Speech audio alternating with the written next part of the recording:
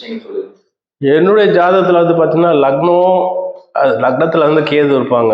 கூட சூரியன், கூட புதன் இருப்பாங்க. அப்போ சூரியன் வந்து பித்ருக்காரகன்னு சொல்லுவாங்க. புதன் வந்து 9ஆம் அதிபதி, பித்ரு ஸ்தானாதிபதி. அப்போ பிதாஸ்தானம் அப்பாவை பத்தி. அடுத்து கேது வந்து தாத்தா பாட்டி.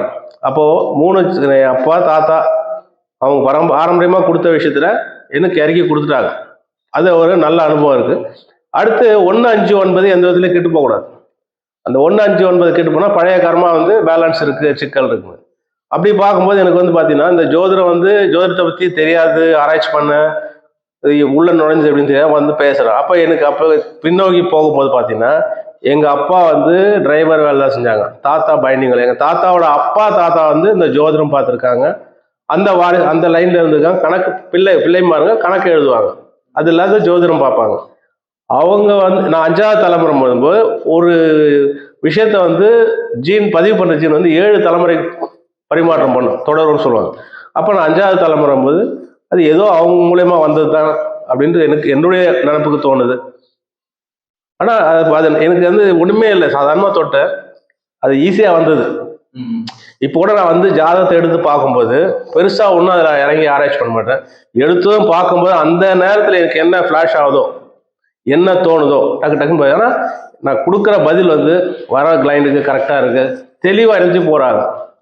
அது எனக்கு ஒரு பெரிய திருப்தி. அவங்க கிட்ட பணம் வாங்குறதோட வரவங்க, நான் ஒரு நேரத்தில் இது நம்பாத என்னென்னோ பண்ணேன். இப்போ நான் அடிபடும் போது நம்பி அப்போ சரியான வழிகாட்டுதலுக்கு வந்து உட்காந்துருக்கேன். நிறைய பேருக்கு வழிகாட்டுதல் இருக்கு, நடக்குது, சொல்றதை எடுத்துட்டு செய்யறாங்க. ஜோதிடமே வந்து எனக்கு என்னுடைய பிறந்தத்தை, அதாவது எனக்கு ஒரு 3-4 வயசுல இருந்து ஒரு சிலதெல்லாம் என்னுடைய ஞாபகத்துல இருக்கு, எனக்கு கிடைச்ச அனுபவம் இதெல்லாம். அதுக்கப்புறம் ஒவ்வொரு ஒவ்வொரு வருஷத்துல ஒன்று நடந்தது போனது வந்த எல்லாமே ஞாபகம் இருக்கு, என்னுடைய கல்யாண வாழ்க்கை. அப்போ இந்த ஜாதகத்தை எடுத்து பார்க்கும்போது ஜாதகத்துக்கும் வாழ்க்கைக்கும் நிறைய சம்பந்தம் இருக்கு, நிறைய விஷயங்கள். அது சொந்தமா என்னுடைய முதல்ல ஜாதகத்தை எடுத்து படிக்கிறதுக்கு ஆரம்பிச்சதே நான் முக்தி அடையறதுக்கு வாய்ப்பு இருக்கா அதை தெரிஞ்சுட்டு தான் எடுத்தேன். அது கடைசியில் அது போயிட்டு அப்படி போயிடுவேன், ஜோதிடம் சொல்ற இடத்துல நின்ட்டேன். ஆனால் எனக்கு ஜாதகத்துக்கும் வாழ்க்கைக்கும் சம்பந்தம் நிறைய இருக்கு. அது அனுபவத்தில் பார்த்ததுக்கு அப்புறம் தான் அது சொல்றதுக்கு ஆரம்பிச்சு. சொல்ல மாட்டேன் சொல்லிட்டு இருந்தேன்.